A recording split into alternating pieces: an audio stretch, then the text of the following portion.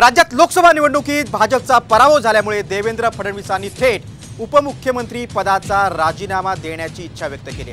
पराभवाची जबाबदारी स्वीकारून पक्ष संघटनेचं काम करण्याची भूमिका त्यांनी मांडली। मात्र त्यांचा निर्णय पक्षश्रेष्ठींना मान्य होणार का, त्यावरचा हा खास रिपोर्ट। फडणवीसांचा राजकीय बॉम्ब, मंत्रिपद सोडण्याची फडणवीसांची तयारी, लोकसभेत सेटबॅक, फडणवीसांचा राजीनामा। लोकसभेच्या निवडणुकीत राज्यात भाजप आणि महायुतीला कमी जागा मिळाल्या, याची अनेक कारणं उपमुख्यमंत्री फडणवीसांनी दिली। मात्र या अपयशाची जबाबदारी स्वीकारत फडणवीसांनी खुल्या पत्रकार परिषदेत मोठा राजकीय बॉम्ब टाकला। फडणवीसांनी थेट उपमुख्यमंत्री पद सोडण्याचीच तयारी दाखवली। पक्ष संघटनेत काम करण्याची इच्छा व्यक्त करत आगामी विधानसभा निवडणुकीचं रणशिंगच त्यांनी यातून फुंकलंय। मी भारतीय जनता पक्षाच्या शीर्षस्थ नेतृत्वाला ही विनंती करणार आहे की त्यांनी मला सरकारमधून मोकळं करावं आणि पक्षामध्ये पूर्ण वेळ काम करण्याची त्यांनी संधी द्यावी, जेणेकरून ज्या काही कमतरता राहिल्या आहेत त्या कमतरता पूर्ण करण्याच्या दृष्टीने मला माझा पूर्ण वेळ देता येईल। अर्थात बाहेर राहिलो तरी सरकारमध्ये जे काही आम्हाला करायचं आहे ते आमची टीम करेल, त्यांच्यासोबत मी असणारच आहे। या संदर्भात लवकरच पक्षाच्या वरिष्ठांना मी भेटणार आहे आणि मग त्यांच्या सल्ल्याने ते जे सांगतील त्यानुसार पुढची कारवाई मी करेन। लोकसभेच्या निकालानंतर आता राज्यात राजकीय भूकंपाला सुरुवात झाल्याचं दिसतंय।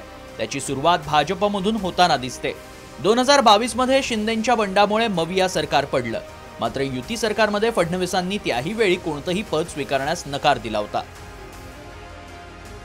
भाजपच्या केंद्रीय नेतृत्वानं फडणवीसांना उपमुख्यमंत्री केलं। आता पुन्हा फडणवीसांनी याच शीर्ष नेतृत्वाला जबाबदारीतून मुक्त करण्याची मागणी केली आहे। त्यावर भाजपचे प्रदेशाध्यक्ष चंद्रशेखर बावनकुळेंनी मात्र फडणवीसांना सरकारमध्ये राहण्याची विनंती केली।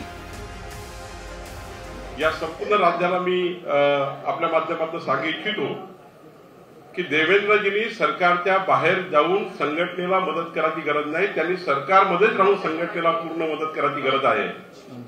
आणि याकरता आम्ही सर्वांनी त्यांच्याशी पुन्हा चर्चा केली आहे आणि त्या चर्चेची ते आमच्या सर्वांचा निर्णय, आमच्या कोर ग्रुपचा निर्णय मान्य करतील अशी अपेक्षा आम्हाला त्यांच्याकडनं आहे। दरम्यान देवेंद्र फडणवीसांच्या या भूमिकेनंतर विरोधकांना आयतं कोलीत मिळालंय, तर काहींनी हे विनोद तावडेंच्या कमबॅकचे संकेत असल्याचा दावा केलाय। देवेंद्रजी तर मुख्यमंत्री कधी बनू शकणार नाहीत हे तर माझं आधीच सांगून झालंय, पण देवेंद्रजी हा मुख्यमंत्री पदाचा चेहरा म्हणून सुद्धा भाजपा त्यांना प्रोजेक्ट करेल असं अजिबात वाटत नाही। या उलट देवेंद्रजींनी ज्या ज्या नेत्यांना संपवण्याचा प्रयत्न केला, मग ते चंद्रकांत पाटील असतील, पंकजा मुंडे असतील, सुधीर मुनगंटीवार असतील, विनोद तावडे असतील, या सगळ्यांमध्ये ज्यांनी अत्यंत ताकदीने एवढं सगळं होऊनही या चेकमेटच्या राजनीतीत स्वतःचं अस्तित्व टिकून ठेवलं, ते विनोद तावडेजी कदाचित कमबॅक करू शकतात। राज्यातील राजकारणातील बाहुबली नेतृत्व फडणवीस आहेत।